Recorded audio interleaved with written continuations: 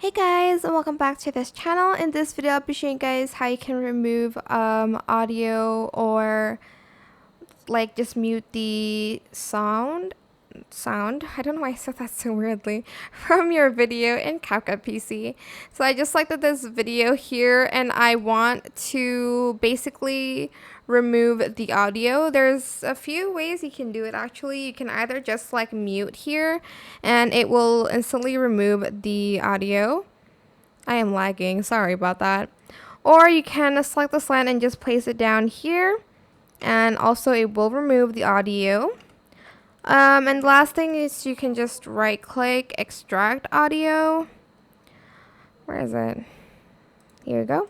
And you can just delete the audio and separate it from the video itself so you won't have any more audio in that video. And that is it. I hope this tutorial was helpful for you guys. Don't forget to like, comment, share.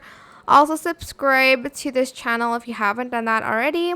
If you have any more questions, just leave it in the comment section down below. I will try my best to answer them all for you guys. And if you found this video helpful, please click the thanks button above the description box down below. Thank you so much for watching this video. Goodbye.